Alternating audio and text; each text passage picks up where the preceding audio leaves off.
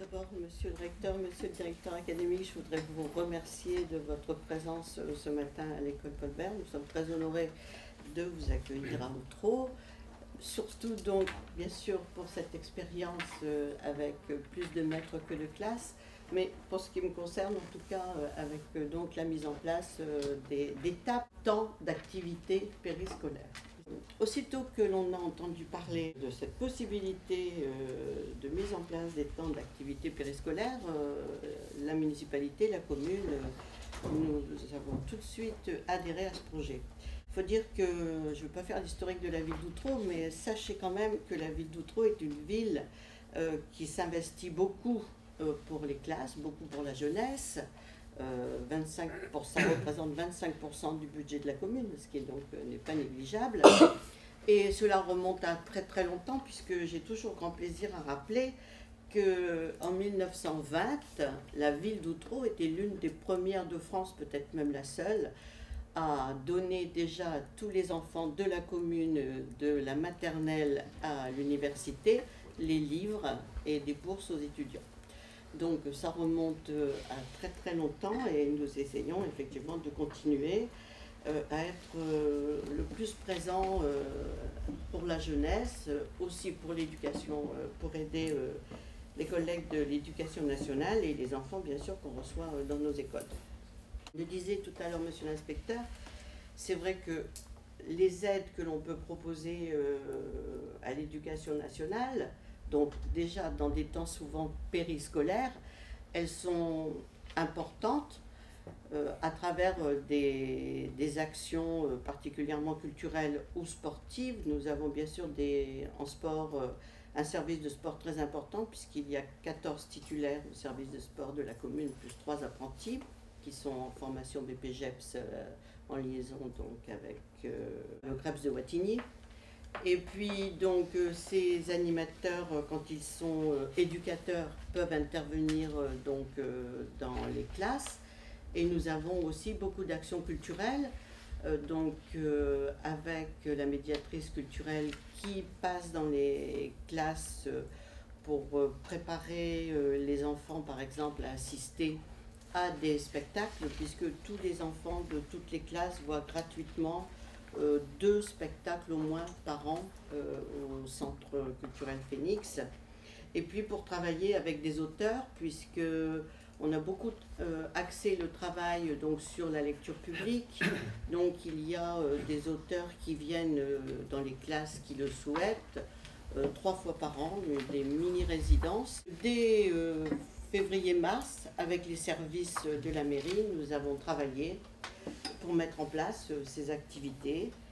Nous avons concrétisé, puisque au mois de juin, les activités, nous avons bien sûr déposé le projet éducatif territorial. Voilà, et donc qui a été accepté donc, par monsieur le directeur académique.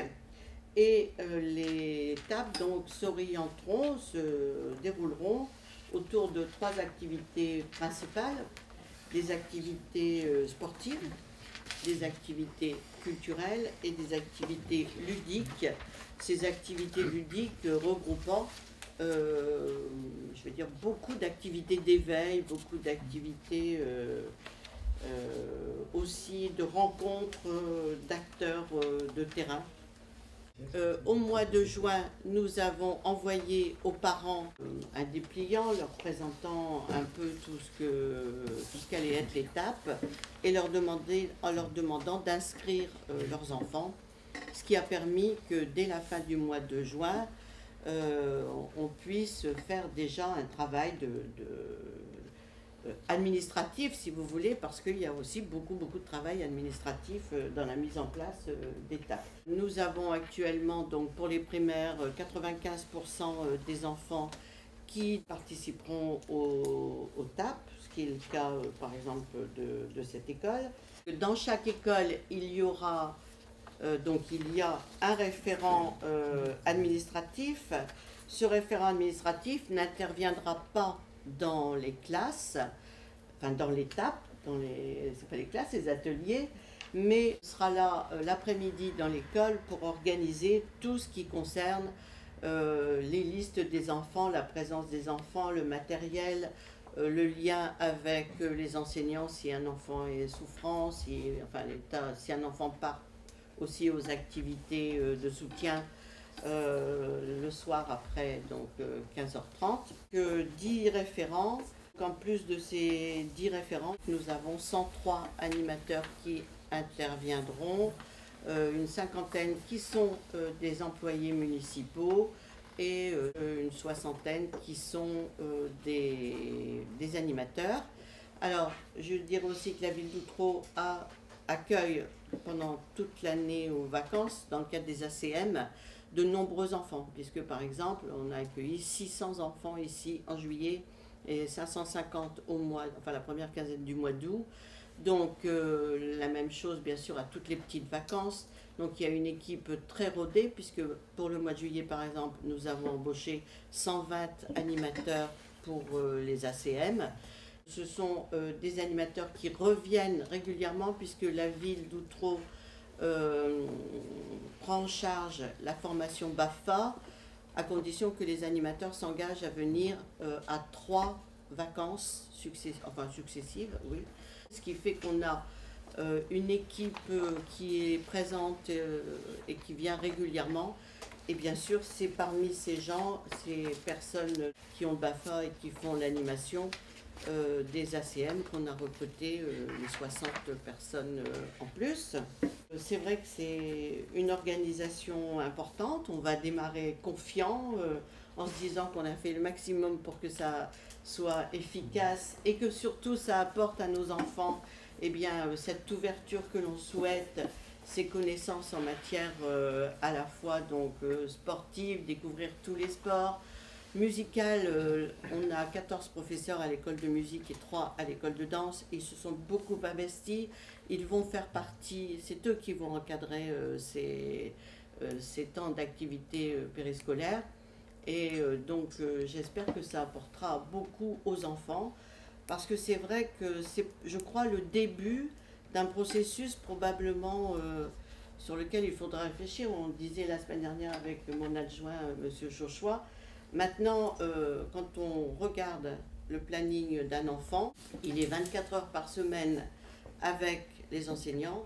Il peut être 25 heures avec du personnel communal, si on compte les garderies du matin, la restauration le midi, les tapes et les garderies du soir. Donc 25 heures aussi avec du personnel communal. Je pense que les communes, nous allons devoir aussi repenser l'encadrement des enfants hors activité scolaire propre, éducation nationale, et peut-être essayer d'harmoniser, parce que finalement ces moments pour l'instant sont avec des animateurs, avec du personnel différent, et je pense qu'il faudrait qu'on repense complètement ces activités qui ne relèvent pas de l'éducation nationale, mais qui relèvent de la commune. Et donc on y travaillera pour les années futures, et pour cette année, on essaiera de faire le maximum pour que l'étape soit une belle réussite et que ça réponde aux souhaits, à la fois, je dirais, aux souhaits du ministère, mais aussi à notre souhait ici sur la commune, et que ça soit un plus pour les enfants. Merci, Madame la députée. Parce que, effectivement, par rapport à nos préoccupations, au chantier impulsé par le ministre, cette école nous a semblé exemplaire de ce que le ministre appelle la priorité au primaire. La priorité au primaire, il faut quand même le dire, c'est un changement de paradigme par rapport à ce que nous avons vécu dans les années passées. Donc, la priorité au primaire, ça a d'abord été quand même aussi accompagné par un effort budgétaire. Dans la période qui est la nôtre, c'était pas mince, 130 postes pour le primaire dans notre académie, après des années de disette, voire davantage. 130 postes qui ont été, pour l'essentiel, pour les 2/3, consacrés soit au dispositif plus de maîtres de classe, soit la scolarisation des enfants de 2 ans, avec comme corollaire la mise en place des nouveaux rythmes scolaires, qu'on appelle nouveaux rythmes scolaires, et les projets éducatifs territoriaux, ou TAP, comme ici vous dites, Madame la députée. Et donc, dans cette école, on a justement la conjonction des deux. Je veux saluer le volontarisme de la commune d'Outreau, à votre initiative, la députée, parce que, bon, ça coûte quand même un petit peu. Hein, ça coûte un petit peu, cette affaire. C'est un sujet qui a suscité pas mal de polémiques. Donc il a fallu un engagement. Il a fallu un engagement de la part des élus. Il y a d'autres éléments aussi de la politique ministérielle sur lesquels je n'en doute pas, vous serez aussi pionniers que sur les deux premiers, le dispositif du maître de classe et puis les PEDT. Ça va être la liaison école-collège. Hein, c'est la raison pour laquelle, après notre visite ici, nous nous rendons au collège, parce qu'avec les nouveaux cycles qui sont mis en place, hein, vous avez maintenant un cycle CM1, CM2, 6e.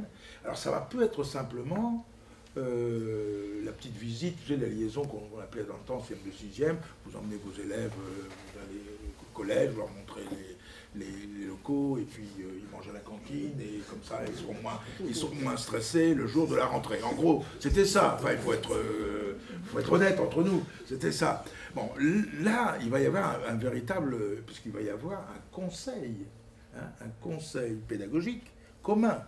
Donc il va y avoir, coprésidé par le principal du collège et l'IEN de circonscription, donc il va y avoir véritablement la nécessité de rapprocher pédagogiquement, et pas simplement, je dirais, spatialement et à travers une connaissance des locaux, les deux pans de cette école fondamentale que sont le collège et l'école primaire.